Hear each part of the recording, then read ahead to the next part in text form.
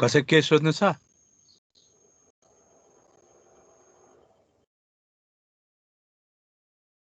छैन?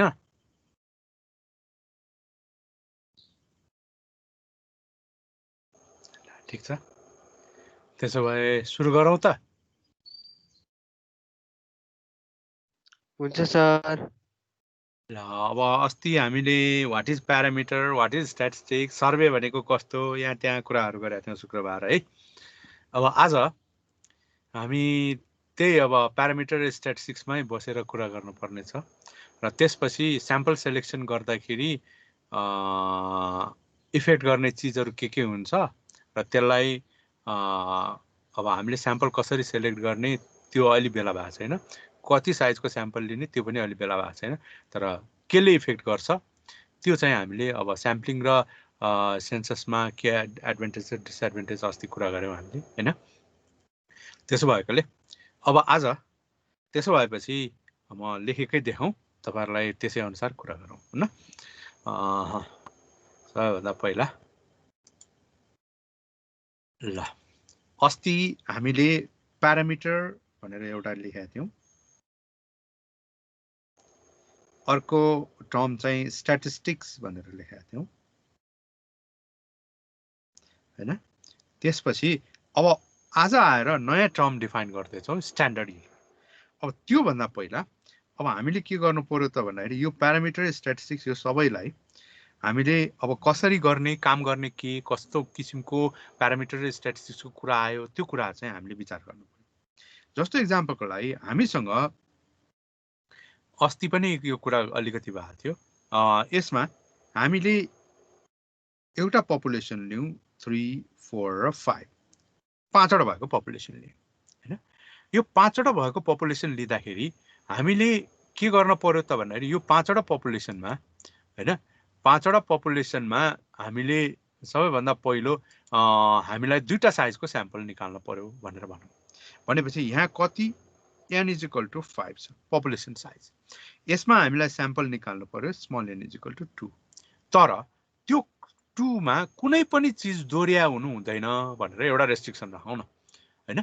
त्यो रेस्ट्रिक्सन राख्यो भने हाम्रो हुन सक्ने केस के हुन्छ त, 1 सँग 1 आउने भएन, 2 हुने भए, 1 3 हुने भए, 1 4 हुने भए, 1 5 हुने भए, 2 सँग अब 1 पनि आउँदैन, 2 पनि आउने भएन, 3 हुने भए, 2 को 4 हुने भए, 2 5 हुने भए, त्यसैगरी 3 4 3 5 र 4 5 यति किसिमको स्याम्पल निकाल्न सकिने भए यो मध्ये कुनै एउटा स्याम्पल हामीले निकाल्ने हुन्छ हैन।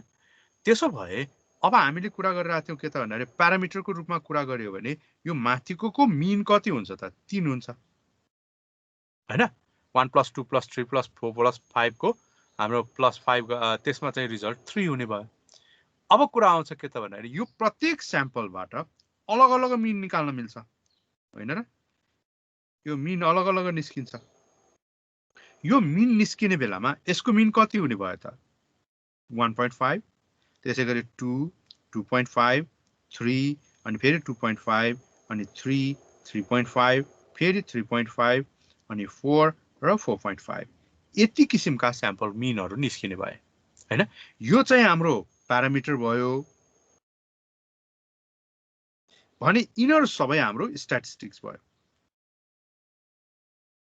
र स्ट्याटिस्टिकमा पनि यो चाहिँ सबै y बार स्मल मिन स्याम्पल मिन भयो भने यो पपुलेसन मिन क्यापिटल y बारको रूपमा रहन्छ प्यारामिटरलाई हामीले सबै क्यापिटल लेटरले प्रेजेन्ट गर्ने यो स्मल लेटरले चाहिँ हामीले स्याम्पलको रूपमा प्रेजेन्ट गर्यौं त्यसो भए यहाँ तपाईले हेर्नुभयो भने यो किसिमको प्याटर्न प्रेजेन्ट गर्दाखेरि हामीसँग एउटा कर्वको रूपमा केही डिफाइनहरू हुन्छ त्यसो भएकोले गर्दाखेरि यसलाई चाहिँ हामी के त भन्दाखेरि अब यो प्याटर्न जुन देखिरहेछ यसरी प्रेजेन्ट गर्ने बेलामा फ्रिक्वेन्सीको रूपमा प्रेजेन्ट गर्यो भने 1.5 कतिवटा छ त 1.5 लाई मिन भनेर भनियो भने यसको फ्रिक्वेन्सी एउटा छ 2 पनि एउटा छ तर 2.5 हाम्रो दुईटा छ 3 हामीले निकाल्यो भने हाम्रो 3 चाहिँ हाम्रो दुईटा छ 3.5 हाम्रो अब दुईटा भयो त्यसैगरी 4 एउटा र फेरि 4.5 अर्को एउटा भयो हैन यो यसरी हामीले चाहिँ स्याम्पलको रूपमा डिफाइन गर्दाखेरि हाम्रो कर्व कस्तो भयो त यसो गर्दाखेरि अलिकति यस्तो किसिमको भयो यो अब हामीले जति धेरै यो स्याम्पल निकाल्दै जान्छौं यो कर्वको प्याटर्न त चेन्ज हुँदै जान्छ जुन यो अहिले देखाएको यो कर्व छ हामीले यो जुन कर्वको रूपमा यहाँ कुरा गर्यौं यो कर्व हैन यो कर्वको प्याटर्न त चेन्ज हुँदै जान्छ यो प्याटर्न जुन देखिरहेछ यो हरियो लाइन त्यसलाई नै हामी के त भन्दाखेरि स्याम्पलिङ डिस्ट्रिब्युसन भनेर भन्छौं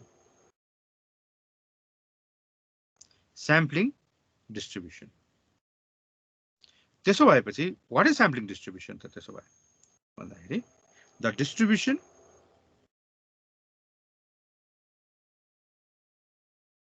followed by sample statistic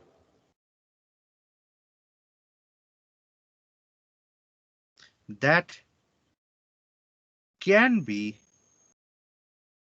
calculated from all possible samples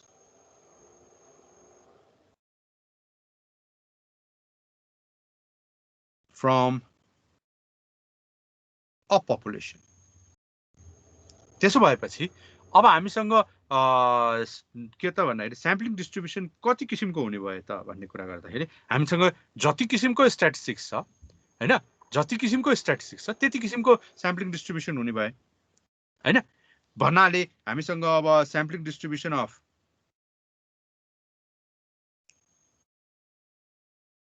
sampling distribution of भनेर कुरा गर्दाखेरि स्याम्पल मिन पनि हुन सक्छ हैन अहिले मिनको हामीले एक्जाम्पल लेख्यौं त्यसैगरी स्याम्पलिङ डिस्ट्रिब्युसन अफ स्याम्पल्स अब भेरिएन्स पनि हुन सक्छ त्यसैगरी अरु सबै अब कोरिलेसन हैन स्ट्यान्डर्ड डेभिएसन यो सबै कुरा प्रोपोर्सन यो जे जति नाम लिन सकिन्छ त्यो सबै कुराहरुको यहाँ चाहिँ स्याम्पलिङ डिस्ट्रिब्युसन हुने भयो फरक फरक किसिमको यो स्याम्पलिङ डिस्ट्रिब्युसनबाट हामीले अब सबै चीज काम गर्ने हो एक्चुअली तर हामीले कुरा गर्दाखेरि स्याम्पलको पहिला स्टार्ट गर्छौं र स्याम्पल भित्रबाट स्याम्पलिङ डिस्ट्रिब्युसनको लागि काम गर्ने हुन्छ त्यसो भएपछि मेन कुरा हामीलाई स्याम्पलिङ डिस्ट्रिब्युसनबाट त्यसो भए के चाहिन्छ त भन्दाखेरि स्याम्पलिङ डिस्ट्रिब्युसनबाट हामीलाई त्यसको मिन के हुन्छ त्यो एउटा चाहियो हैन अब मिन अफ स्याम्पलिङ डिस्ट्रिब्युसन एउटा चाहिन्छ किन भन्दाखेरि यसले चाहिँ हामीलाई पपुलेसन मिनको भ्यालु दिन्छ तपाईहरुले राम्ररी माथि हेर्नुभयो भने यो यिनीहरुको यो डाटाको जुन हामीले कुरा गरिरहेछौं यो मिनहरुको सेटहरुको मिन निकाल्यो भने फेरि त्यही 3 नै आउँछ माथिको यो जुन 3 छ त्यही भ्यालु आउँछ त्यसैले गर्दाखेरि त्यही चीज हामीले निकाल्नको लागि मिन अफ स्याम्पलिङ डिस्ट्रिब्युसन चाहिएको एस्टिमेट गर्नको लागि नेक्स्ट केस के हुन्छ त भन्दाखेरि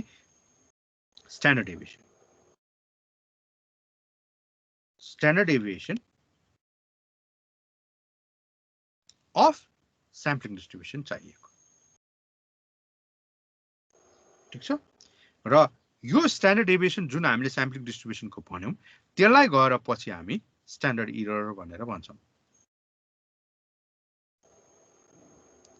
त्यसो भएपछि के त standard error is standard deviation of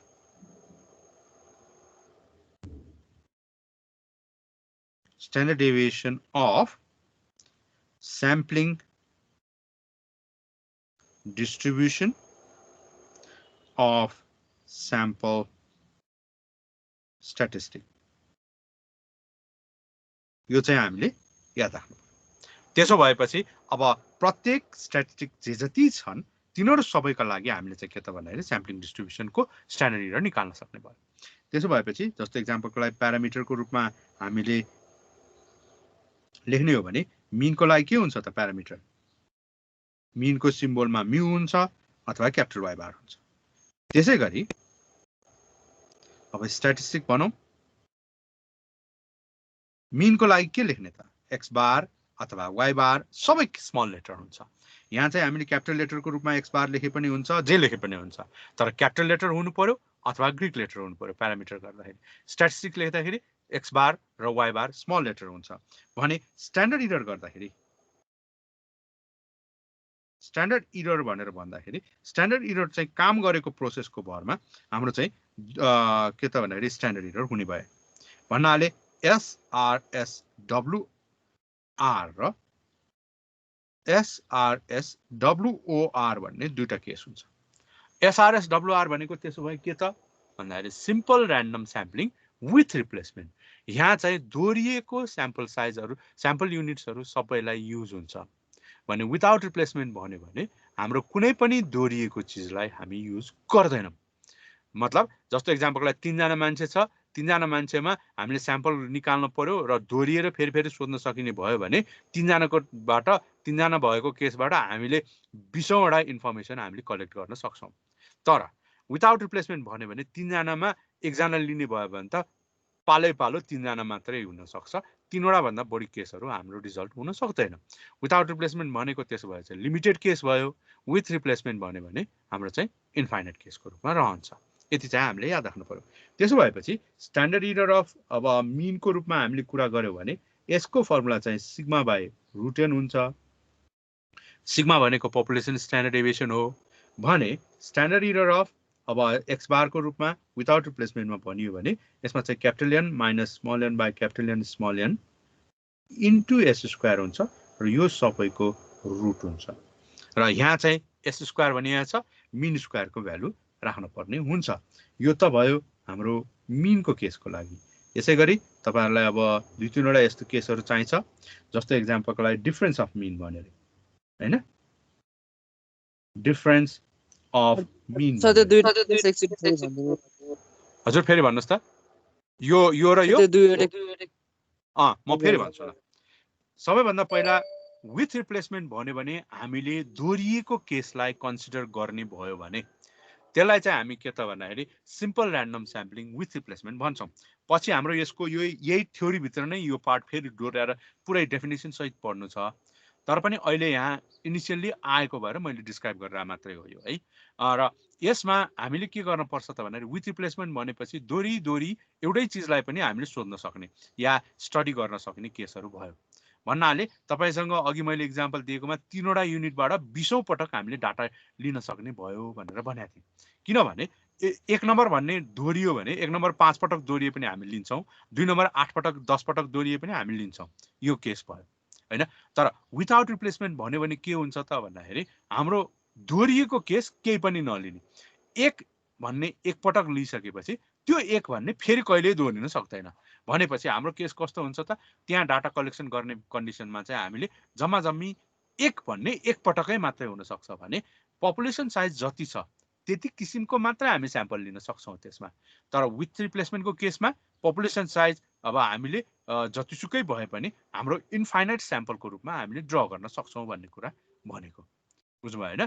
त्यसैले गर्दाखेरि यसमा हामीले इन्फाइनाइट पपुलेसनको रूपमा युज गर्ने भएकोले इन्फर्मेसन चाहिँ हामीले प्रेजेन्ट गर्ने बेलामा सिग्मा बाइ रुट एन गरेर लेख्छौं थ्योरिटिकली है। यो फर्मुला चाहिँ फेरि प्र्याक्टिकल्ली गर्ने बेलामा त हाम्रो सिग्मा भन्ने त कहिल्यै थाहा हुँदैन किनभने पपुलेसनको एक्चुअल स्ट्यान्डर्ड डेभिएसन कति हो त हामीलाई कहिले पनि थाहा हुँदैन।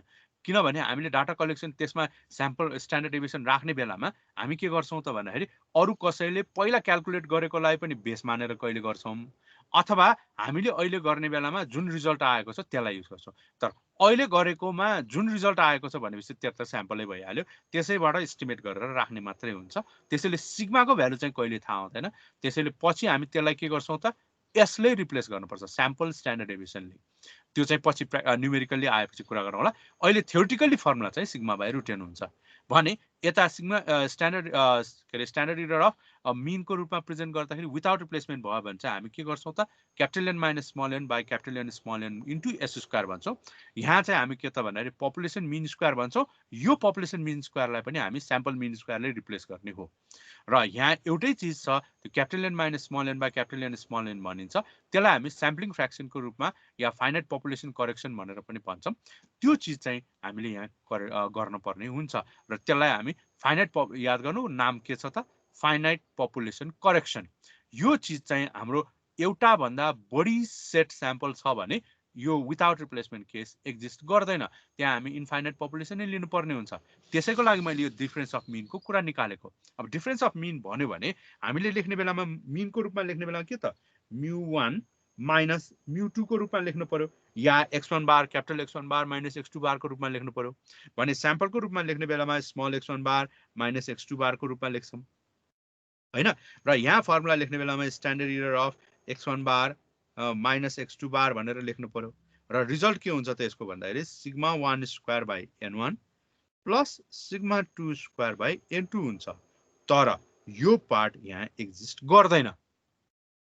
किन भन्दाखेरि त्यहाँ त दुईटा भन्ने बित्तिकै दुईटा त जति पनि हुन सक्छ भन्ने किसिमले हामीले यसलाई चाहिँ इन्फाइनाइट मानेर काम गर्न पर्छ। त्यसै गरी अर्को चिज एउटा छ हामीलाई चाहिने के त भन्दाखेरि प्रोपोर्सन है।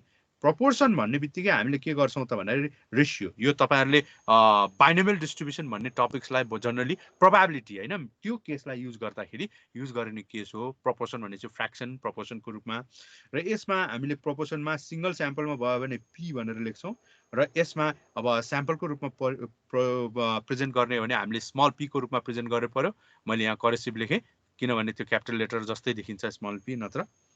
अनि त्यसपछि लेख्ने बेलामा यहाँ चाहिँ के हुन्छ त भन्दाखेरि स्ट्यान्डर्ड इरर अफ p भनेर लेख्ने बेलामा हामीले चाहिँ के त root over pq by n भनेर लेख्छौँ। याद गर्नुभयो यहाँ पनि क्यापिटल लेटरै प्रेजेन्ट गरिएको छ र q भनेको के हो त भन्दाखेरि q भनेको 1 माइनस p हो। यो चाहिँ नोटको लागि है लेखिन्छ भने अब मतलब नेगेटिभ साइड मतलब p भनेको जस्तो एक्जाम्पलको लागि यहाँ चाहिँ लगभग अब 50% केटाहरू छ भनेर भन्यो भने p को भ्यालु 0.5 भयो भने q भनेको के त केटा बाहेकको बाँकीको ग्रुप चाहिँ कति छ त 50% छ हैन। भनेको q भनेको केटा बाहेकको बाँकी रहेको ग्रुप भयो भन्नाले अब हामीले जेसुकै त्यसमा नाम दिए पनि त्यो चाहिँ q को रूपमा हामीलाई चाहिने भन्दा फरक केसहरू भए भन्ने कुरामा चाहिँ हामीले प्रेजेन्ट गरेको। र अब यसमा प्रोपोर्सनमा स्ट्यान्डर्ड इरर अफ प्रोपोर्सन भनेर भनेपछि यो फेरि विदाउट रिप्लेसमेन्ट पनि एक्जिस्ट गर्छ। कहाँ सिंगल स्याम्पलमा, टु स्याम्पलमा यसमा पनि एक्जिस्ट गर्दैन। भनेको विदाउट रिप्लेसमेन्ट केस टु स्याम्पलमा एक्जिस्ट गर्दैन। र यहाँ लेख्ने बेलामा फर्मुला के हुन्छ त त्यसो भए भन्दाखेरि p1 q1 by n1 plus p2 q2 by n2 भनेर लेख्छ कसैले हैन। तर एक्चुअली यो होइन। यसमा हामी के गर्छौँ त भन्दाखेरि यो चाहिँ दुईटा भएको केसमा लेख्ने बेलामा हो र यहाँ चाहिँ हामीले लेख्ने बेलामा के लेख्नु पर्छ त capital N minus small N by capital N small N into pq लेख्न पर्छ यो सिंगल स्याम्पलको लागि। अघि लेखेको फर्मुला चाहिँ हामी के त भन्दाखेरि यहाँ आएर लेख्छौँ एकछिन है se अनि p1 माइनस p2 भनेर लेख्यो भने मात्रै यो चाहिँ p1 एकछिन है यहाँ अटेन मेरो तल लेख्नु पर्यो रुट ओभर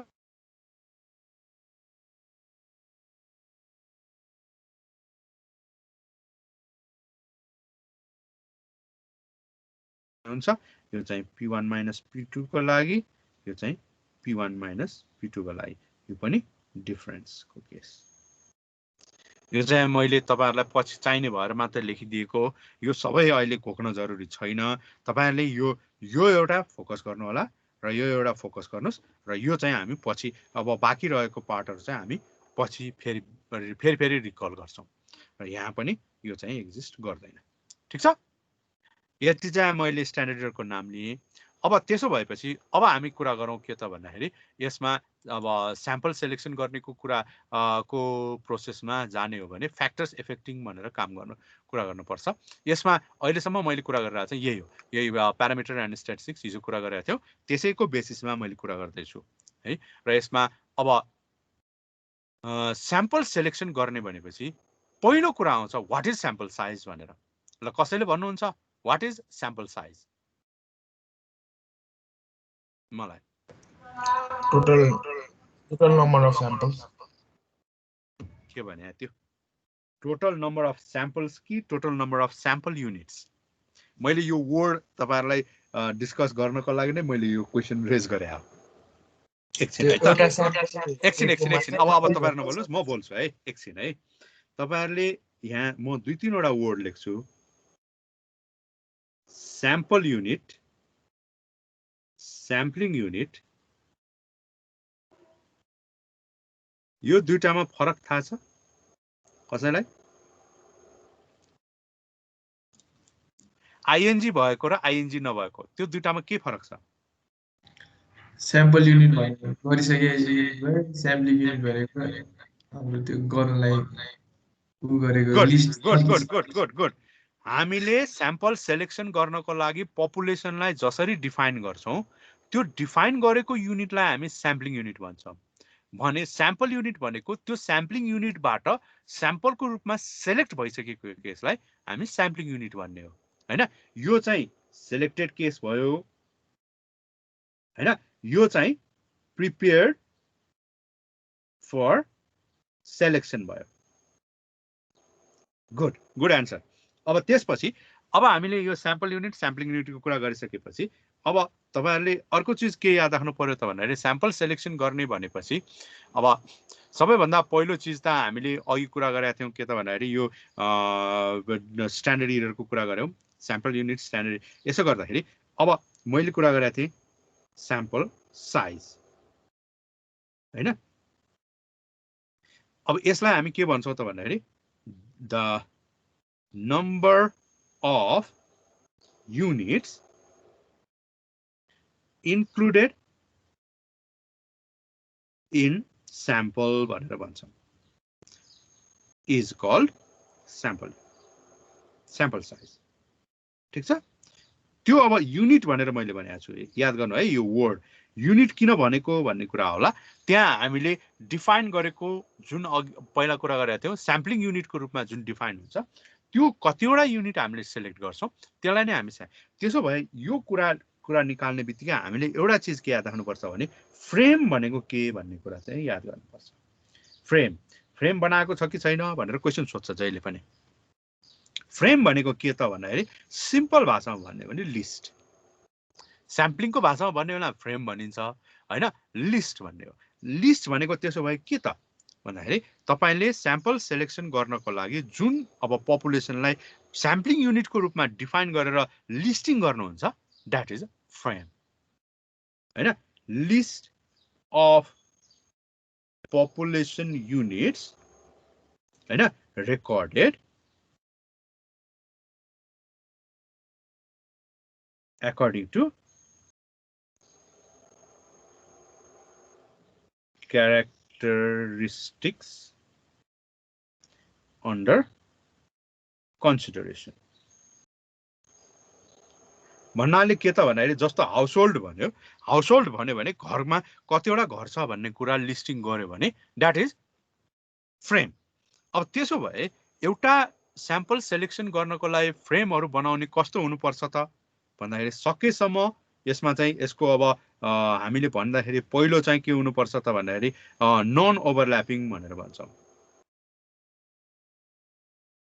नन ओभरल्यापिङ मतलब प्रोबेबिलिटीको भाषामा भन्ने बेलामा म्युचुअली एक्सक्लुसिभ भयो।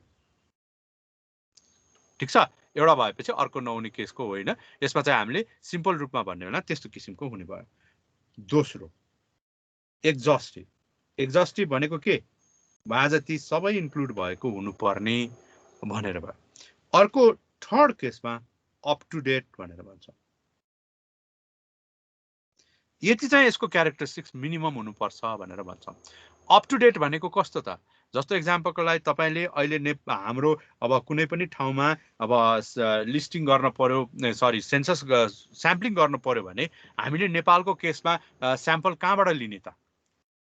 सेन्सस 2011 को सेन्ससबाट जे रेकर्ड आएको छ त्यो लिने हुन्छ। त्यसो भएपछि त्यो रेकर्डलाई हामीले अप टु डेट मान्न मिल्छ त? जबकि हाम्रो अर्को साल त फेरि सेन्सस हुँदैछ, त्यो पनि 9 वर्ष नागिसकेको। त्यसो भएपछि त्यसलाई त हामीले अप टु डेट मान्न मिल्दैन। इफ इन केस हामीसँग त्यो पर्टिकुलर लोकेसनको लागि नियरेस्ट कुनै पनि किसिमको अरू डाटा कलेक्ट गरिएको छ भने त्यसलाई हामी अप टु डेट मानेर गर्नुपर्छ। होइन भने फेरि हामीले रिसर्वे गरेर त्यहाँ कतिजना मान्छे छ त्यस्तो किसिमको हामीले फेरि गरेर लिस्ट एउटा बनाउनु पर्ने हुन्छ। त्यसलाई नै हामी त्यस्तो किसिमको केस चाहिँ हाम्रो यहाँ प्रब्लमको रूपमा रहन्छ भने। अब नेक्स्ट, त्यसो भए यो फ्रेममा हुने प्रब्लमकै कुरा आएपछि मेन प्रब्लम के त? मेन प्रब्लम त त्यो फर्स्ट वर्डै हो, ओभरल्यापिङ भन्ने। एक्जाम्पल कस्तो त? सपोज एक्जाम्पलको लागि हामीले एउटा कलेजमा या एउटा स्कुलमा पढ्ने स्टुडेन्टहरूको गार्जेनहरूको लिस्ट भनेर भन्यौँ, ठिक छ? भन्यो भने कस्तो हुन्छ त? एउटा स्कुलको मा पढ्ने स्टुडेन्टहरूको गार्जेनको लिस्ट भन्दाखेरि त एउटा गार्जेनको त एउटाभन्दा बढी छोराछोरी पनि त एउटा स्कुलमा पढेको हुनसक्छ नि। त्यसो भएपछि त्यो मान्छे त दोहोरी दोहोरी आउँछ। त्यस्तो केसबाट लिस्टमा त त्यो मान्छे दोहोरी दोहोरी नाम आएपछि त्यो सेम नेम आएको मान्छे सेम हो कि होइन हामीलाई त कहाँ थाहा हुन्छ र? त्यसो भएपछि त्यहाँ ओभरल्यापिङ केस आयो। अर्को एक्जाम्पल लिउँ, जस्तो अब काठमाडौँभन्दा बाहिर या कुनै पनि आफ्नो ठाउँभन्दा बाहिर गएर या टाढा गएर कोही स्टुडेन्ट पढ्दैछ भने र उसलाई डाटा रेकर्ड लिइयो एज अ होल, उसको घरको ठाउँमा पनि या जहाँ पढ्ने छ त्यहाँ पनि लिइयो भने त्यो मान्छे त के त दुईचोटि रेकर्ड हुन्छ। एउटा घरबाट रेकर्ड हुन्छ, एउटा बस्ने ठाउँबाट रेकर्ड हुन्छ। त्यसो भएपछि दुईचोटि रेकर्ड हुने बित्तिकै के त त्यो मान्छे त एक्चुअली दुईजना भएको हो र होइन नि? त्यसो भएपछि त्यो केस पनि हाम्रो केसमा के हुन्छ त भन्दाखेरि ओभर प्रेजेन्टेसनको रूपमा रहन्छ। यो केस भयो। अर्को चिज एक्जस्टिभ। एक्जस्टिभ भनेको कस्तो त? भएको जति सबै इन्क्लुड हुनुपर्ने भनेर भनेको छ। अब सपोज एक्जाम्पलको लागि घरमा नभएको मान्छेलाई नलिने भन्यो भने यदि डाटा कलेक्सन गर्न आउने बेलामा त्यो मान्छे त्यो घरमा थिएन तर एकछिनपछि त्यो घरमा आइपुग्यो भने त्यसमा के गर्ने त? डाटा कलेक्सन गर्दाखेरि नरहेको तर पछि आइपुग्यो या एक्जिस्ट गर्यो भने त्यो कन्डिसनमा के हुन्छ त प्रब्लम, हैन? त्यस्तो केस चाहिँ एक्जस्टिभको प्रब्लमको रूपमा रहन्छ। जस्तो एक्जाम्पलको लागि नेपालबाट बाहिर गएर काम गर्न जाने मान्छेलाई लिस्टिङ गर्ने कि नगर्ने, त्यस्तो कुराहरूको चाहिँ यहाँ प्रब्लम रह्यो। अर्को चिज up to date. Up to डेटको प्रब्लम कस्तो त भन्दाखेरि अप टु डेटको प्रब्लम भनेको तपाईँले अब डाटा कलेक्सन गर्दाखेरि हैन, अब कस्तो किसिमको इन्फर्मेसन सोधिया हुन्छ भने यो टाइमसम्मको रेकर्ड हामीलाई चाहिन्छ भनेर भनिन्छ। यो टाइमसम्मको भन्दाखेरि दिन सकिएन भने के गर्ने त?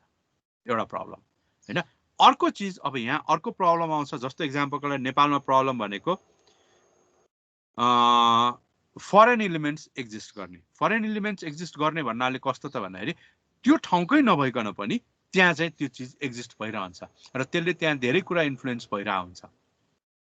जस्तो एक्जाम्पलको लागि नेपालको तराई एरियामा इन्डियन साइडबाट बोर्डर पारीबाट मान्छे हुने, नेपालको हिमाली साइडमा अब त्यहाँ हिमाली साइडमा पनि बोर्डर पारीबाट मान्छेहरू एक्जिस्ट गर्ने र पछि गएर डाटा कलेक्सन गर्ने बेलामा उनीहरूले हामी यता होइन उतापट्टि पारीबाट आएको भनेर भन्नै नचाहने, हैन?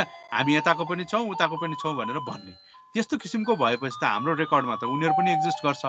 त्यस्तो केसहरू चाहिँ यसको चाहिँ के त भन्दाखेरि प्रब्लमको रूपमा रहन्छ, ठिक छ? र अर्को चिज अब मेन अर्को एउटा चिज बाँकी छ, ग्याप। ग्याप भनेको कस्तो त भन्दाखेरि डाटा कलेक्सन गर्दाखेरि त्यो ठाउँको डाटा कलेक्सनै गर्न नसकिने अथवा त्यो ठाउँमा डाटा कलेक्सन गर्दाखेरि गर्न जाँदाखेरि तिनीहरू एभाइलेबलै नभइदिने। जस्तो इन जनरल नेपालमा यो चिज चाहिँ हुन्छ। कस्तो किसिमको? अब गाउँमा गएर डाटा कलेक्सन गर्न गइयो, गर्न जाने मान्छे उस्तै अल्छी पर्यो भने के हुन्छ त भन्दाखेरि उनीहरू त खेततिर गएको हुन्छ या कहीँ गएको हुन्छ र सँगैको घरमा पनि मान्छे हुँदैन। दुई तीनवटा घरमा मान्छे नभएपछि यहाँ चाहिँ मान्छे छैन भनेर लिस्टिङ गरेर ल्याउँछ। या कसैलाई सोधेर मिल्छ भने भरेर ल्याउनु भन्यो भने अब पर गएर थाहा नै नभएको मान्छेलाई क्वेसन सोधेर यतिजना छ होला उतिजना छ होला गरेर भरेर ल्याउँछ। त्यस्तो केस चाहिँ यसको प्रब्लमको रूपमा रहन्छ यो फ्रेमको। है त्यो चिजहरू हटाउन सकियो भने फ्रेम चाहिँ राम्ररी बन्छ। त्यो चिज चाहिँ हामीले याद राख्नुपर्ने भयो। यो त भयो फ्रेम। यो चाहिँ के त भन्दाखेरि तपाईहरुको कोर्समा भएर होइन हामीले स्याम्पल सेलेक्सन गर्नको लागि लिस्ट बनाउनेको कुरा भयो त्यसैले हामी के गर्छौं त भन्दाखेरि त्यसो भए यो फ्रेमको लागि चाहिँ हामी के गर्छौं त त्यसो भए भन्दाखेरि जस्ट हेड काउन्ट हैन हेड काउन्ट गर्ने मान्छेको हेड काउन्ट होस् घरको हेड काउन्ट होस् जेसुकै होस् जुन चीज हामीले अहिलेलाई भेरिएबलको रूपमा डिफाइन गरेका छौं त्यसलाई हामी हेड काउन्ट या काउन्टिङको रूपमा प्रेजेन्ट गर्छौं र त्यो काउन्टिङ सिक्वेन्स नम्बरमा हामीले चाहिँ स्याम्पल सेलेक्सन गर्ने हुन्छ र त्यसो गरेपछि तपाईको एरर हुने चान्स चाहिँ कम हुन्छ यो चाहिँ हामीले याद राख्नु पर्यो ठीक छ त्यसो भए अब स्याम्पल सेलेक्सन गर्नको लागि केले इफेक्ट गर्छ त अब यो कुरा चाहिँ हामीले यहाँ कुरा गरौँ हैन स्याम्पल सेलेक्सन गर्नको लागि मेन पहिलो प्रब्लम के त स्याम्पलमा आएको युनिटले पपुलेसनलाई रिप्रेजेन्ट गर्छ कि गर्दैन भन्ने नै मेन प्रब्लम हो त्यो रिप्रेजेन्टेसन हुनको लागि हामीले मन परी हचवा भरमा या आफूले जे भेट्यो त्यही सिलेक्ट गरेर रिजल्ट लेख्दैमा हुन्छ त हुँदैन भनेको रिप्रेजेन्टेसनको कुरा यसको मेन प्रब्लमहरुमा हुन्छ त्यसो भएपछि हामीले ठूलो साइज स्याम्पल लिएर पनि काम छैन सानो साइज स्याम्पल लिएर पनि काम छैन स्याम्पल हाम्रो जहिले पनि मिल्ने गरी हुनु पर्यो अब मिल्ने कस्तो किसिमको कुरामा आउँछ त भन्दाखेरि अब रेस्पोन्स आउने पैसा खर्च हुने टाइम लाग्ने हैन त्यसबाट कस्तो किसिमको एररहरु हुन्छ त्यो कुराहरु हामीले विचार गर्न पर्यो त्यहाँ भेरिएसनहरु कस्तो आउँछ पपुलेसनलाई रिप्रेजेन्टेसन कस्तो किसिमको हुन्छ त्यो कुरा चाहिँ हामीले याद राख्नु पर्यो त्यसो भए पहिलो कुरा गर्यौं फ्याक्टर्स एफेक्टिङ द स्याम्पल साइजमा हैन स्याम्पल साइजमा जस्तो एक्जाम्पलको लागि एउटा क्लासमा सबै स्टुडेन्टलाई मैले चाहिँ के त भन्दाखेरि बराबर नम्बर दिए हैन बराबर नम्बर दिए भने सबैलाई अब सपोज एक्जाम्पललाई प्र्याक्टिकलमा 20 मा 20 दिए सबैलाई हैन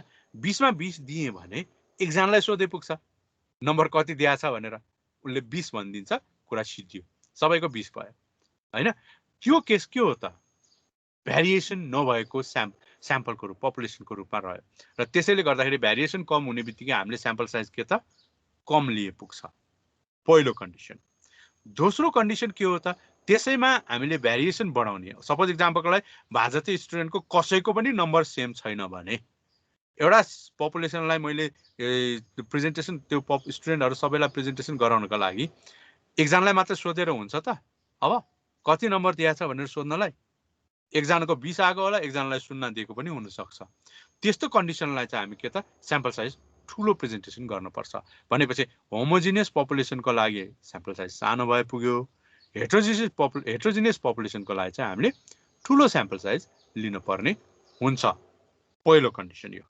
होमोजिनियस र हेट्रोजिनियस भेरिएबिलिटीको हिसाबले कुरा गरेको दोस्रो चीज त्यो ग्रुपमा भएको युनिटहरुले कसरी रियाक्सन गर्छ टपिकलाई त्यस्तो कुरा जस्तो एक्जाम्पलको लागि अहिले तपाईहरु क्लास लिँदै हुनुहुन्छ मसँग हैन त्यो पनि अनलाइन क्लास ठीक छ सपोज एक्जाम्पलको लागि तपाईहरुलाई के भन्यो त भन्दाखेरि मैले भोलि हामी कलेजमा भेट्ने यति बजे सबैजना आउनु भनेर भन्यो भने मलाई त बेसरी गाली गर्छ गर्दैन बेसरी गाली गर्नु भनेको के हो त भन्दाखेरि एक किसिमको रियाक्सन हो किन I am giving problem to you I am creating the problem त्यसो भएपछि त्यो प्रब्लम जसले फेस गर्छ उले तुरुन्त रियाक्सन गर्छ अब जसले फेस गर्दैन हु केयर्स हैन त्यसो भएपछि त्यो प्रब्लम जसलाई हुन्छ त्यसलाई स्याम्पलको रूपमा लिन सकियो भने हाम्रो रिजल्टमा रेस्पोन्स धेरै आउँछ एन्सर धेरै आउँछ तर प्रब्लम नभएका मान्छेहरुलाई स्याम्पलको रूपमा पारिदिएर हामीलाई केही अर्थ हुँदैन खर्चै मात्रै हुन्छ अरु के पनि काम हुँदैन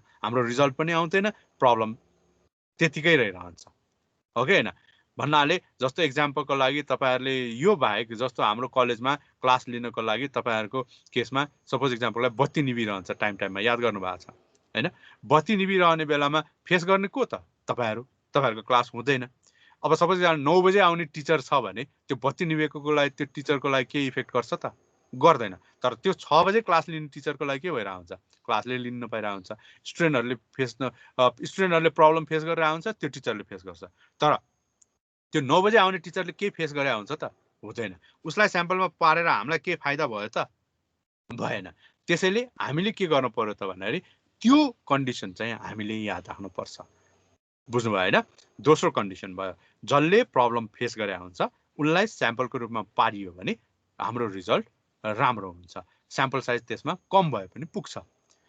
तेस्रो कन्डिसन, अब तेस्रो कन्डिसन हामीलाई एक्युरेसी कति चाहिन्छ त्यसको हिसाबले स्याम्पल साइज कन्सिडर गर्ने। अब ल भन्नुहोस्, कसैले मलाई भन्नुहोस् एक्युरेसी बढी चाहिन्छ भने स्याम्पल साइज ठुलो लिने कि सानो लिने?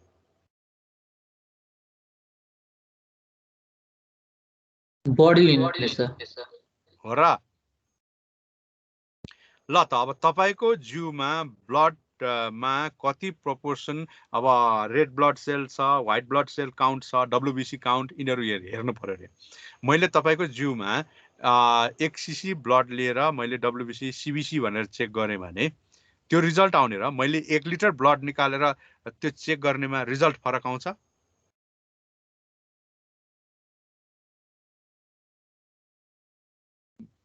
आउँदैन। कम अन, आउँछ? तपाईको जिउबाट 1 पोइन्ट ब्लड निकालेर मैले ब्लड त्यो गर्दाखेरि त्यो 1 पोइन्ट ब्लडलाई सबैलाई मैले खर्च गरेर तपाईको जिउमा कति डब्ल्युबिसी काउन्ट रेशियो छ तिनीहरू हेर्ने, तिनीहरू भनेर मैले युज गरेँ। अथवा मैले जस्ट 1 सीसी ब्लड निकालेर सिरिजबाट 1 सीसी ब्लड निकालेर तपाईको टेस्ट गरेर हेर्दाखेरि त्यसमा केही रिजल्ट फरक आउँछ त? आउँदैन। आउँदैन। त्यसो भए मेरो स्याम्पल साइज ठुलो हुँदैमा मेरो एक्युरेसी बढ्छ भन्ने छ र? छैन। ठुलो पपुलेसनले ठुलो स्याम्पलले पपुलेसनलाई रिप्रेजेन्ट गराउँछ भन्ने चाहिँ छ, तर एक्युरेसी बढ्छ भन्ने छैन। एक्युरेसी भनेको भेरिएसनको कुरा आउँछ त्यहाँ। त्यसो भएपछि एक्युरेसी बढाउने हो भने हामीले डिप स्टडी गर्नुपर्छ। जस्तो एक्जाम्पलको लागि तपाईको मनमा के कुरा छ भनेर मैले के छ भनेर सोधेर पुग्छ र? पुग्दैन नि। तपाईलाई त के छ भन्ने वर्डै युज नगरिकन बिस्तारै लामो कुरा गरेर अनि के मनमा छ यो सबै खोतल खातल गरेर निकाल्नुपर्छ। त्यस्तो किसिमको भएपछि अनि मेरो प्रिसिजन बढ्छ। भनेको के त एउटै युनिटलाई पनि मैले डिप स्टडी गर्नुपर्छ अनि मेरो एक्युरेसी बढ्छ भन्ने कुरा बुझ्नु भयो हैन?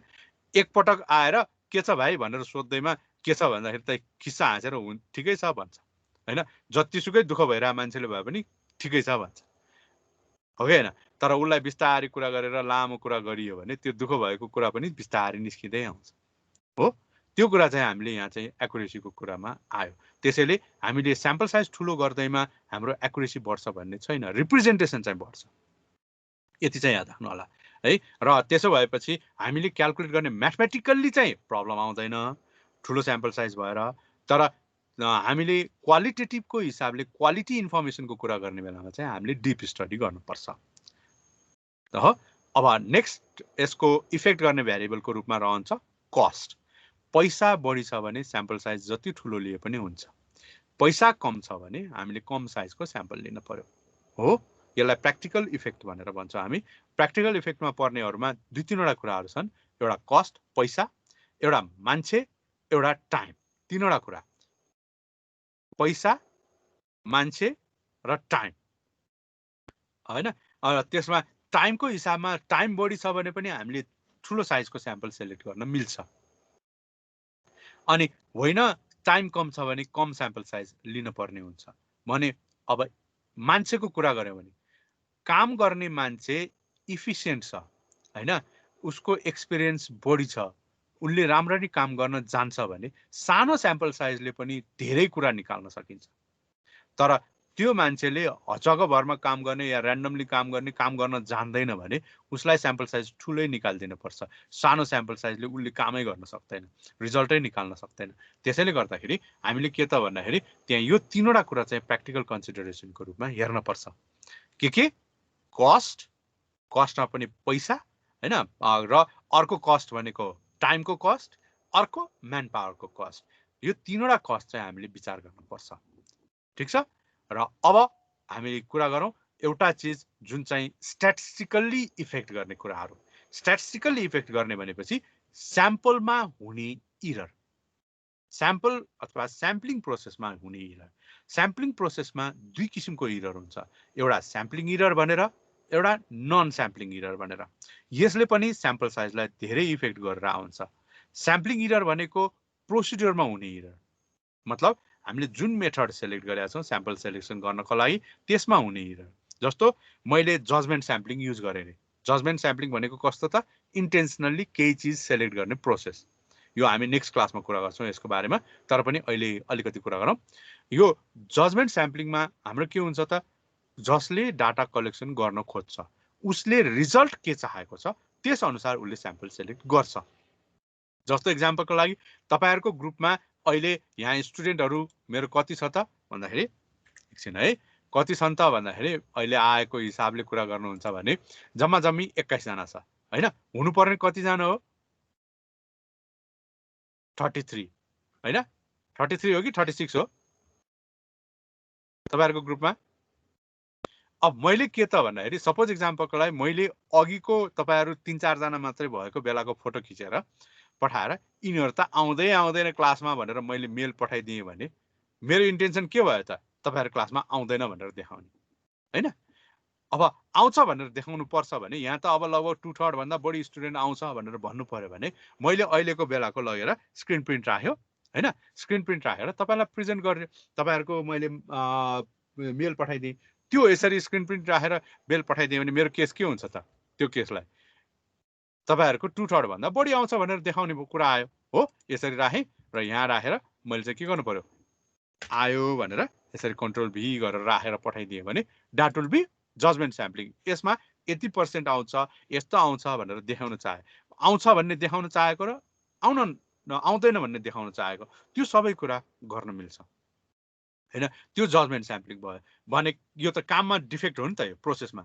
अर्को चिज एक्जाम्पलको लागि तपाईहरुले सिम्पल र्यान्डम स्याम्पलिङ गर्यो भने मलाई त स्याम्पल साइजै एकदम धेरै चाहिन्छ, त्यो केस अब ठुलो साइजको स्याम्पलको चाहिने प्रोसेसको प्रब्लम भयो। यो चिज चाहिँ स्याम्पलिङ इरर भनेर भन्छौँ। भने नेक्स्ट केस छ नन स्याम्पलिङ इरर।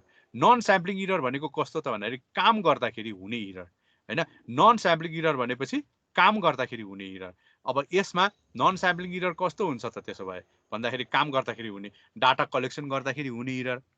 अब के त भन्दाखेरि तपाईहरुले अब आजभोलि क्वेशन सोध्दाखेरि व्हाट इज योर एज भनेर भन्यो, व्हाट इज योर एज भन्दाखेरि कसैले 16 बोल्छ, 16 हैन, 16 बोल्दाखेरि शून्यले 60 सुन्यो भने के गर्ने त, अथवा 60 भनेको उले 16 लेखिदियो भने के गर्ने त, त्यो त एक किसिमको इरर हो हैन।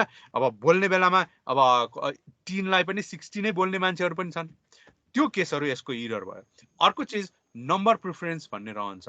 नम्बर प्रिफरेन्स भनेको कस्तो त भन्दाखेरि कोही कोही मान्छेलाई कुनै नम्बरहरु मन पर्ने हुन्छ भनेर त्यो मलाई मन पर्छ भनेर उफ्रेर हिड्ने होइन।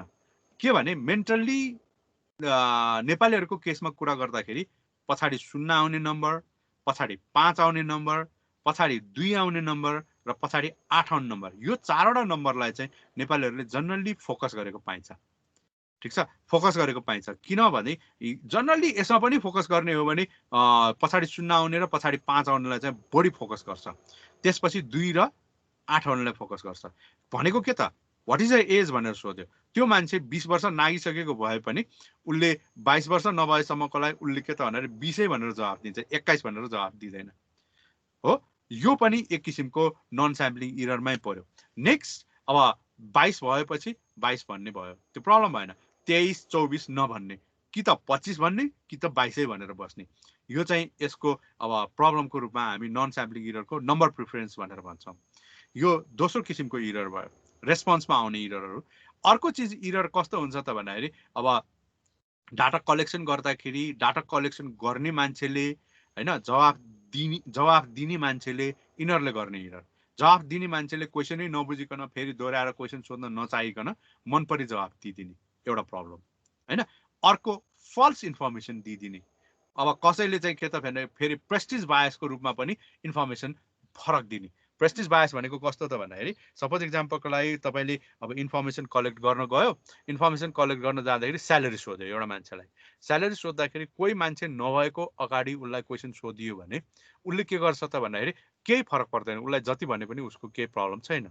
तर उसैको अब नजिकको मान्छेको कोहीलाई देखाउनु छ, उसको बढी आउँछ भनेर देखाउनु छ भने उले बढी भनिदिन्छ।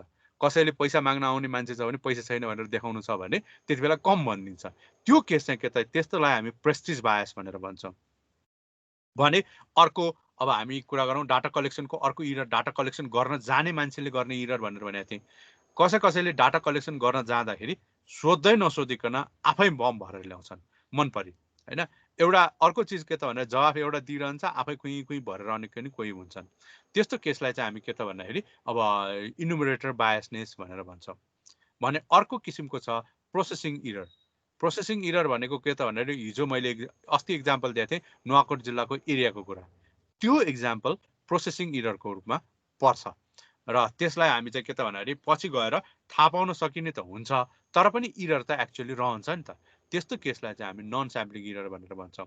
कहिलेकाहीँ क्वेसनमा एन्सरै राख्नु बिर्सिने हैन, जुन एन्सर चाहेको त्यो एन्सरहरू मात्रै फोकस गर्ने, अरू अप्सनहरू नै नराख्ने। पाइलट सर्वे गर्दाखेरि हुने प्रब्लमहरू जो कि त भन्दाखेरि एक किसिमको मान्छेलाई पाइलट सर्वे गरे हुन्छ, एन्सर निकाल्न खोज्दाखेरि अर्कै मान्छेहरू पढेर आउँछ, एन्सरै अर्को अर्को आइरहने। त्यस्तो केसहरू चाहिँ हाम्रो नन स्याम्पलिङ इररहरूमा पर्छ। त्यसैले जति धेरै काम गर्यो नन स्याम्पलिङ इरर त्यति धेरै बढ्छ।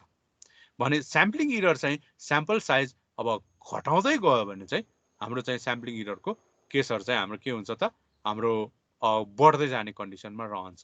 जस्तो स्याम्पलले पपुलेसनलाई रिप्रेजेन्ट नगर्ने कन्डिसन चाहिँ स्याम्पल साइज घट्यो भने हुन्छ भने नन स्याम्पलिङ इरर चाहिँ काम गर्ने धेरै भएपछि बढ्छ। भनेपछि मतलब धेरैवटा स्याम्पल निकालेपछि बढ्छ। यो दुईटा उल्टो डाइरेक्सनको कुरा भयो। एउटा स्याम्पल साइज सानो भएर बढ्ने, एउटा स्याम्पल साइज ठुलो भएर बढ्ने। त्यसो भएपछि हामीले के गर्नु पर्यो त बिचमा जुन चाहिँ मिल्ने ठाउँमा पर्छ त्यो माथिको यो ग्राफ हेरिरहनु भएको छ होला। यो ग्राफमा के भयो त यो स्याम्पलिङ इरर चाहिँ के भयो स्याम्पल साइज बढीबाट सानो हुँदै कमबाट बढ्दै गएको देखाइरहेछ।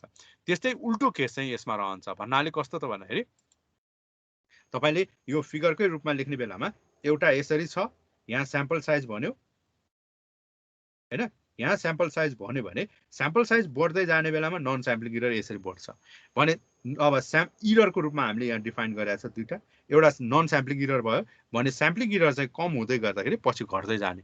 त्यसो भएपछि यो जुन ठाउँमा यो इन्टरसेक्सन परेको छ त्यो इन्टरसेक्सन परेको ठाउँलाई हामी अप्टिमम स्याम्पल साइज भनेर भन्छौँ। यो नै खास हामीलाई चाहिने स्याम्पल साइज हो। यो स्ट्याटिस्टिकल्ली भन्दाखेरि यो स्याम्पल साइज भने पनि अब अरू केही म्याथमेटिकल क्यालकुलेसनहरू गरेर अघि निकालेको त्यो स्ट्यान्डर्ड इररको कुरा गरेर त्यसको बेसिसमा हामीले यो चाहिँ एस्टिमेट गर्नुपर्ने हुन्छ। त्यो चाहिँ हामी सिम्पल ऱ्यान्डम स्याम्पलिङ पढ्ने बेलामा हामी त्यो काम गरेर निकाल्छौँ। र अब यो त भयो आजसम्मको केही यसमा भएका थ्योरीहरू। अब हामी यो ऱ्यान्डम स्याम्पलिङ र नन ऱ्यान्डम स्याम्पलिङको टपिकमा जानुपर्छ र यसमा तपाईहरुले मेन फोकस गर्नुपर्ने भनेको यो सिम्पल ऱ्यान्डम स्याम्पलिङ भन्ने टपिक हो। यो चाहिँ तपाईहरुको लागि धेरै नै इम्पोर्टेन्ट छ। यसमा प्र्याक्टिकल एउटा गर्नुपर्छ र अर्को चिज यो selection of simple random sample भन्ने छ, यो पार्ट चाहिँ तपाईहरुले राम्ररी हेर्नुपर्छ किनभने थ्योरीमा जनरली यो क्वेशन चाहिँ आउने गर्छ, selection of simple random sample भनेर है। यो प्रोसेस चाहिँ हामीले अब यहाँ सिम्पल ऱ्यान्डम स्याम्पल भनौँ या ऱ्यान्डम प्रोसेस युज गर्ने सबैमा यसलाई एप्लिकेसनमा लिन मिल्छ। त्यसैले अब यो त भयो अब हाम्रो ऱ्यान्डम प्रोसेस। त्यसो भए अब टाइप्स अफ स्याम्पलिङको कुरा गरौँ। हुन्छ, 10 मिनट छ हामीसँग। टाइप्स अफमा हामी दुई किसिमको टाइप्सबाट कुरा गर्छौँ। कसैलाई अहिलेसम्मकोमा केही क्वेसन छ भने सोध्नु होला।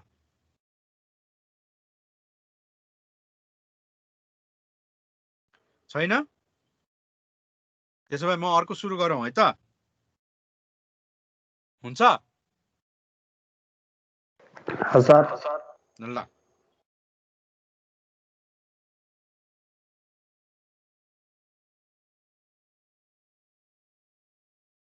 Types of sampling. यसमा हामीले क्याटेगोराइजेसन गर्दाखेरि दुई किसिमबाट क्याटेगोराइजेसन गर्छौँ। आजलाई यो क्याटेगोराइजेसन गर्ने मात्रै कुरा गरौँला, बाँकी हामी भोलि अर्को पालि कुरा गरौँला। क्याटेगोराइजेसन गर्दाखेरि दुई किसिमको भनेर भन्छौँ। एउटा नन ऱ्यान्डम। नन ऱ्यान्डम भनेको कस्तो त भन्दाखेरि यसमा कुनै पनि म्याथमेटिकल मेजरहरू युज गरिएको हुँदैन। यसलाई नन प्रोबेबिलिटी पनि भन्छ।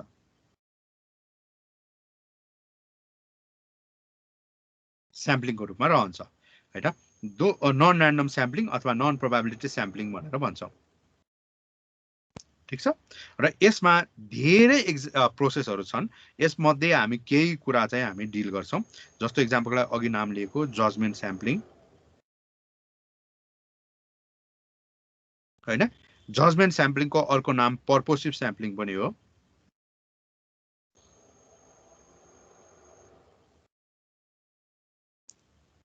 ठिक छ भने अर्को प्रोसेसमा कन्भिनियन्स स्याम्पलिङ।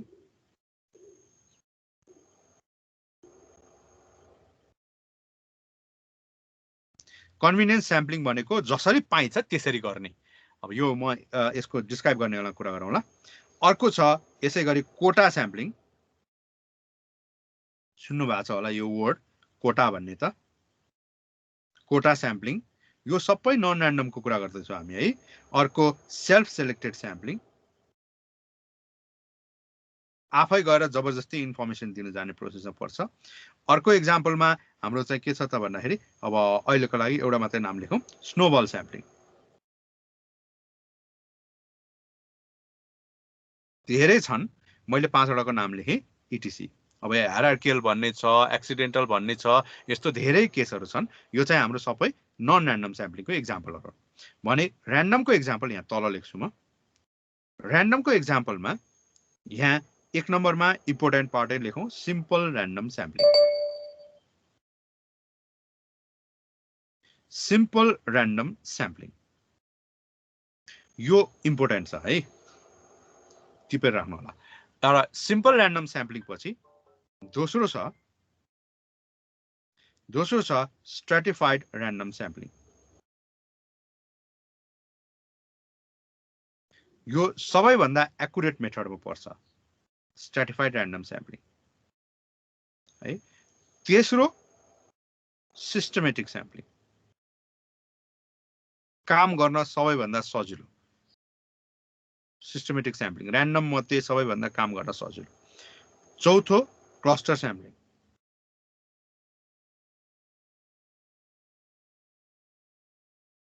ठिक छ। यस बाहेक अब ऱ्यान्डमको केसमा हामीले 4 नम्बर 5 नम्बरमा लिने हो भने पीपीएस स्याम्पलिङ भन्छौँ। पीपीएस स्याम्पलिङलाई एकछिन है लेखेको मिलेन, प्रोबेबिलिटी प्रोपोर्सनल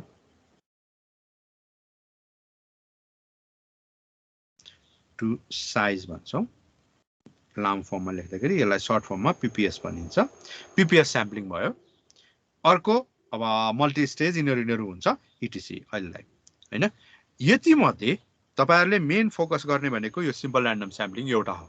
बाँकी चाहिँ हामी जस्ट इन्फर्मेसनको लागि पढ्छौँ मात्रै अहिलेलाई। र प्र्याक्टिकल पनि यही सिम्पल ऱ्यान्डम स्याम्पलिङकै बेसिसमा एउटा गरिन्छ, त्यति हो। भनेपछि अब म यो नन ऱ्यान्डमको अलिकति कुरा गर्नु छ, कुरा मात्रै गर्नु छ। यसमा तपाईहरुले सुन्नुस्, बुझ्नुस्, पछि यसलाई रिभाइज गरेर हेर्न समेत पर्दैन। कुरा बुझ्नुभयो है, रिभाइज गरेर हेर्न समेत पर्दैन। भनेपछि अब नन ऱ्यान्डम स्याम्पलिङ भनेको के त भन्दाखेरि method of selecting sample in which none of the mathematical measures are used भनेर भन्छौँ। के त नन ऱ्यान्डम स्याम्पलिङ भनेपछि method of selecting sample in which none of mathematical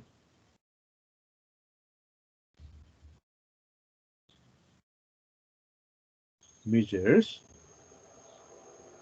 are used to select sample.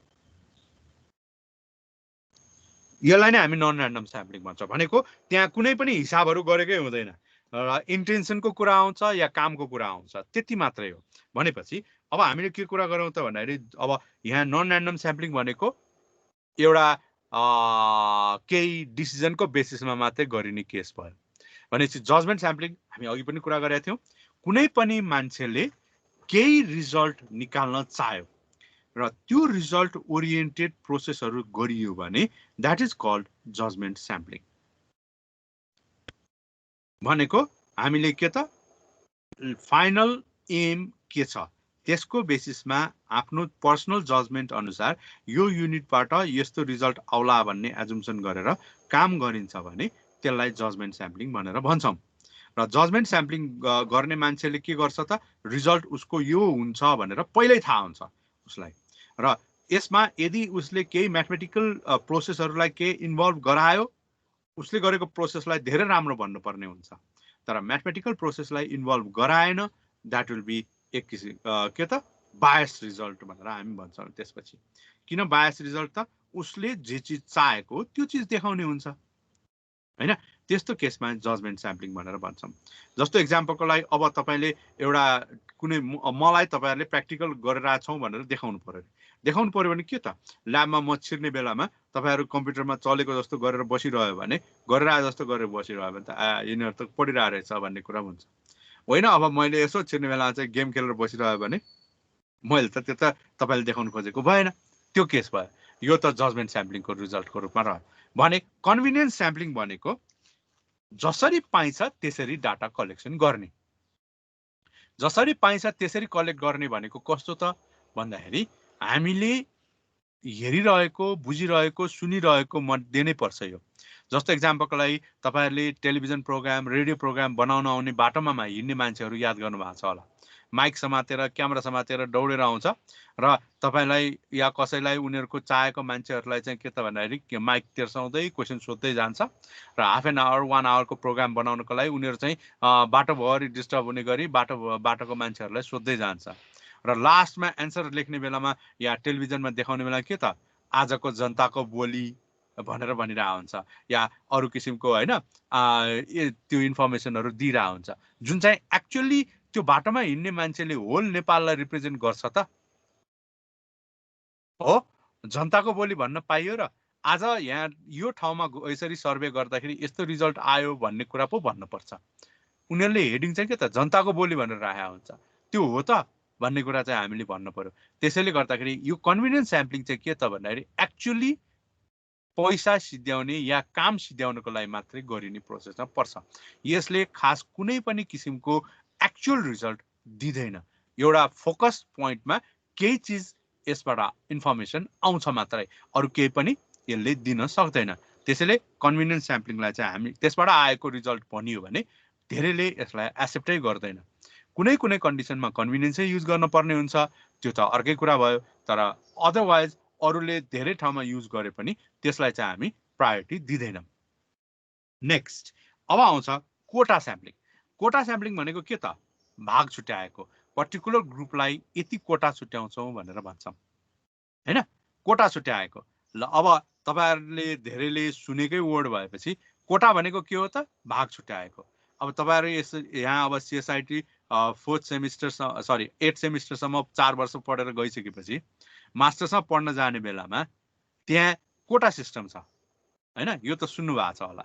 त्यो कोटा सिस्टममा तपाईँहरूले अब पार्टिसिपेसन गर्ने बेलामा सपोज एक्जाम्पलको लागि तपाईँहरू सबैको अब सपोज 70-80% भन्दा बढी छ अरे र त्यहाँ फ्री कम्पिटिसनमा भाग लिँदाखेरि फ्री कम्पिटिसन त कति त 40% छ, बाँकी त फेरि कहाँ त्यहाँ त फिमेल हैन।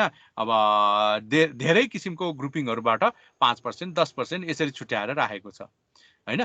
त्यो छुट्याएर राखेकोमा तपाईँहरूले 70-80% ल्याएर जानुहुन्छ, त्यहाँ चाहिँ त्यो अब एउटा यस्तो ग्रुप आउँछ जसको चाहिँ के त भन्दाखेरि तपाईँहरूभन्दा धेरै कम भएको मार्क्स हुन्छ, तर पनि ऊ आएर बस्न आउँछ र तपाईँको त्योभन्दा माथिको त्यो मार्क्स आएको मान्छे के त अब त्यसो भए उसले त केही पनि चान्स पाउँदैन।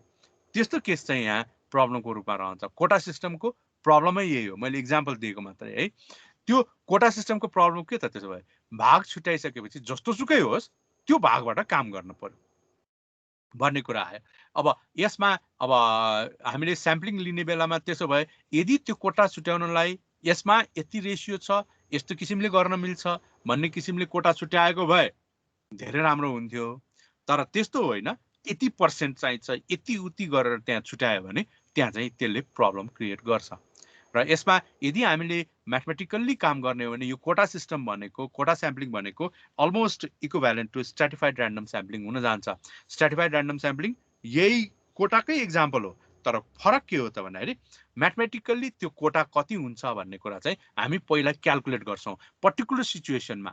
त्यसपछि त्यो कोटाको ठाउँमा त्यहाँ चाहिँ हामी अब त्यो पर्टिकुलर ग्रुपलाई रिप्रेजेन्टेसन गराउने नम्बरको रूपमा डिफाइन गरेर काम गर्ने हुन्छ। भने सेल्फ सेलेक्टेड स्याम्पल भनेको स्याम्पल आफैले गएर इन्फर्मेसन इम्पोज गरेर प्रोभाइड गर्ने। मैले इम्पोज गरेर प्रोभाइड गर्ने किन बोलेको त भन्दाखेरि यहाँ इन्फर्मेसन दिनको लागि जाने होइन। जनरली यो सेल्फ सेलेक्टेड स्याम्पलमा स्याम्पल सेलेक्सन हुनेहरू चाहिँ प्रोपागान्डा कन्डिसनको केसहरू जनरली रहेको हुन्छ। एक्जाम्पलको लागि तपाईहरुले कुनै पनि किसिमको एउटा अब केही एड गर्ने या केही देखाउनु पर्ने ग्रुपहरू भयो भने के हुन्छ त तिनीहरू चाहिँ के हुन्छ त बाहिर बोल्न आउँछ। अरु के त बाहिर नबोलिकन बसिरहेको हुन्छ। त्यो बोल्न आएकै मात्र सत्य हो त भन्ने कुरा चाहिँ हामीले याद राख्नुपर्छ। किनभने सेल्फ सेलेक्टेड स्याम्पलमा पर्ने युनिटहरू चाहिँ त्यो बोल्न आउने ग्रुपहरू रहन्छ। त्यो चाहिँ हामी एक्जाम्पलको लागि डिबेट प्रोग्राम, टेलिभिजन टक सोजहरू, रेडियो टक सोजहरू या कुनै पनि किसिमको टक सोजहरू या म्यागजिन न्युजपेपरमा प्रेजेन्ट गर्ने इन्फर्मेसनहरू त्यस्तो केस चाहिँ सेल्फ सेलेक्टेड स्याम्पलमा पर्छ। भने अब एउटै मात्रै कुरा गरौँ अनि म छोडिदिन्छु। Snowball sampling. स्नोबल स्याम्पलिङ भनेको के त भन्दाखेरि ब्रान्चिङ भएर स्याम्पल सेलेक्ट हुने। ब्रान्चिङ भएर स्याम्पल सेलेक्ट गर्ने भनेको कस्तो त भन्दाखेरि सपोज एक्जाम्पलको लागि मैले सुरुमा एउटा पपुलेसनमा 3 वटा युनिट स्याम्पल सेलेक्ट गरेँ र त्यो 3 वटा युनिट कस्तो किसिमको हुन्छ त भन्दाखेरि जहाँ गएर मैले डाटा कलेक्सन गर्दाखेरि डाइरेक्ट कलेक्ट गर्न नसकिने कन्डिसन। जस्तो एक्जाम्पलको लागि थर्ड जेन्डर पपुलेसन अथवा कुनै किसिमको अब सोसाइटी जुनमा चाहिँ हामी छिरेर इन्फर्मेसनै आउँदैन। इन्फर्मेसन नआउने भनेको एक्जाम्पलको रूपमा कस्तो त कसैले दिन सक्नुहुन्छ एक्जाम्पल जहाँ चाहिँ हामी छिरेर हामीले इन्फर्मेसन पाउँदैनौँ। ड्रग्स लिने पपुलेसन भयो, सेक्स वर्करहरू परे, यिनीहरूको पपुलेसनहरूमा चाहिँ के त भन्दाखेरि हामीले गएर इन्फर्मेसन लिन खोज्यो भने आउँदैन। त्यस्तोमा हामीले चिन्ने 2-3 जनालाई हामीले सेलेक्ट गर्छौँ र तिनीहरूबाट इन्फर्मेसन कलेक्ट गरिसकेपछि तिनीहरूलाई हामी पैसा पनि दिन्छौँ र ट्रेनिङ पनि दिन्छौँ र त्यसपछि उनीहरूले के गर्छौँ त भन्दाखेरि प्रत्येकले फेरि यति जना सेलेक्ट गरेर ल्याउनु भनेर। जस्तो एक्जाम्पल यहाँ हामीले 3 जना गरेका छौँ भने उनीहरूले पनि 3 जना गर्न भन्ने, 4 जना गर्न भन्ने, यसरी गरेर डाटा कलेक्सन हुन्छ र उसले फेरि यो सेलेक्ट गरेको मान्छेबाट फेरि अर्को किसिमको यसरी ब्रान्च हुँदै जान्छ र यो ब्रान्च हुँदै जाने बेलामा हामीसँग त यो सबै युनिटहरू हामीले कामै गर्न नपर्ने गरी रिजल्ट आउँदै जान्छ र यो गर्ने बेलामा हामीले एउटै चिज गर्नुपर्छ के त भन्दाखेरि हामीले फाइनान्शियल सपोर्ट दिने हुन्छ, ट्रेनिङ पनि उनीहरू नै गर्छन्, काम पनि उनीहरू नै गर्छन्, इन्फर्मेसन हामीलाई आउँदै जान्छ र एउटै चिज पैसा मात्र हामीले प्रोभाइड गरिरहनु पर्ने र यो प्रोसेस चाहिँ हाम्रो स्नोबल स्याम्पलिङमा पर्छ र यो चाहिँ के त भन्दाखेरि हिडन पपुलेसन या कन्ट्रोल पपुलेसनमा गर्ने बेलामा चाहिँ यसलाई युज गर्नुपर्ने हुन्छ। ल आजलाई यति गरौँ हैन। यसमा अब तपाईहरुलाई केही सोध्नु छ भने मलाई सोध्नु होला र मैले अहिले बेसिक मात्रै कुरा गरेँ। टाइप्स अफ स्याम्पलिङको केसमा हिडन पपुलेसनलाई युज गर्नलाई स्नोबल स्याम्पलिङ युज गरिन्छ भनेर भने, जसमा चाहिँ ब्रान्च प्रोसेसलाई युज गरिन्छ भने, जस्तो यहाँ नेपालमा कोअपरेटिभ सोसाइटीहरूले युज गर्ने त्यो मान्छे कलेक्ट गर्नको लागि पनि यही प्रोसेसलाई प्रायोरिटी दिएको पाइन्छ हैन। अब खास मेन प्रोसेस सर्वे गर्ने बेलामा चाहिँ हामी हिडन पपुलेसनलाई नै यो युज गर्ने हो है। कसैको केही सोध्नु छ ल भन्नुस्। सर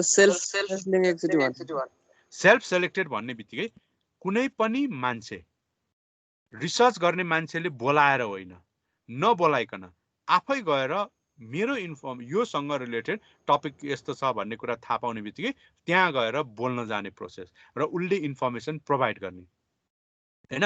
अब सपोज एक्जाम्पलको लागि आज मिटिङ भइरहेछ अरे हैन, मिटिङ भइरहेछ तपाईहरुको ल्याब प्र्याक्टिकल कसरी गर्ने भनेर। अब तपाईहरुको त प्रब्लम भइरहेछ, ल्याब भइरहेछ छैन, ल्याब प्र्याक्टिकल पनि गर्न सकिरहेछ छैन। अब तपाईहरुले त्यो थाहा पाउनु भयो भने तपाईहरु गएर त्यो मिटिङमा हाम्रो प्र्याक्टिकल चाहिँ यस्तो हुनुपर्छ उस्तो हुनुपर्छ भनेर बोल्यो भने that will be self selected sample. अब तपाईलाई त बोलाएको पनि हुँदैन, तपाईले जस्ट सुनेको हुन्छ कि यो चिज हुन लाग्छ, तपाईले गएर त्यहाँ बोलिदिनुहुन्छ यस्तो यस्तो हुनुपर्छ, यस्तो यस्तो चाहिन्छ भनेर। त्यो केस चाहिँ सेल्फ सेलेक्टेड स्याम्पलमा पर्यो। बुझ्नुभयो हैन।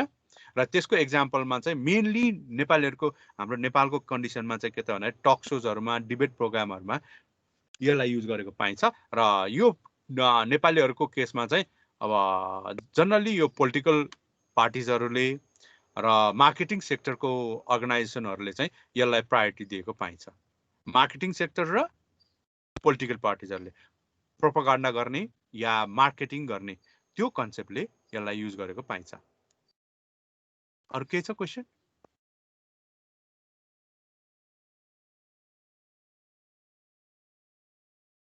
अरु कसैको के क्वेशन छ? कम अन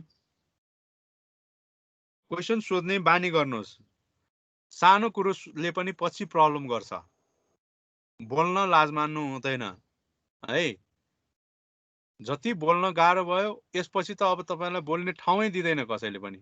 बोल्यो कि कसैले दुःख दिने मात्रै कुरो गर्छ। त्यसैले त्यो कुरो चाहिँ याद राख्नु होला। ल त त्यसो भए आजलाई यति नै भयो हैन। तपाईहरुले मलाई क्वेशन सोध्नु भएन है। अहिले स्टुडेन्ट पनि कम भए, मैले भिडियो पनि अफ गरेँ है। र तपाईहरुको एटेन्डेन्स पनि डाउनलोड गरिदिन्छु। र अब के चाहियो? मैले रेकर्डिङ बन्द गर्नु पर्यो हैन। Stop record.